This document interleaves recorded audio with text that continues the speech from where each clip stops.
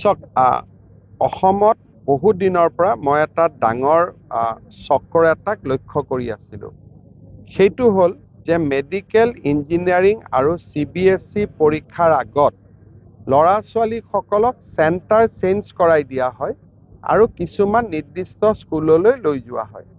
গোৱালপাৰা, নগাঁও, কামৰূপ জিলাৰ 247 গৰাকী ষ্টুডেণ্টক CBSE পৰীক্ষাত 30 নম্বৰকৈ অধিক নম্বৰ দিয়াৰ প্ৰতিশ্ৰুতি দি এখেতসকলক বৰাক উপত্যকাৰ পাথাৰকান্দিলৈ লৈ যোৱা হৈছিলে।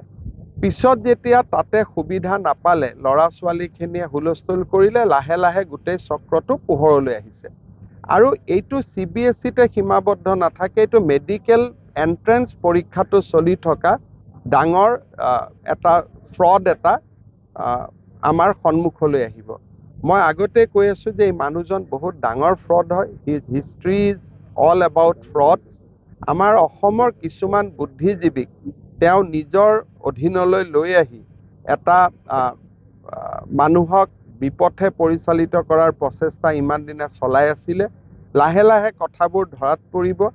অসমত যাতে এডুকেশ্যনটোক এখন বজাৰলৈ ৰূপান্তৰ কৰা নহয়, তাৰ বাবে আমি প্ৰচেষ্টা কৰি থাকিম।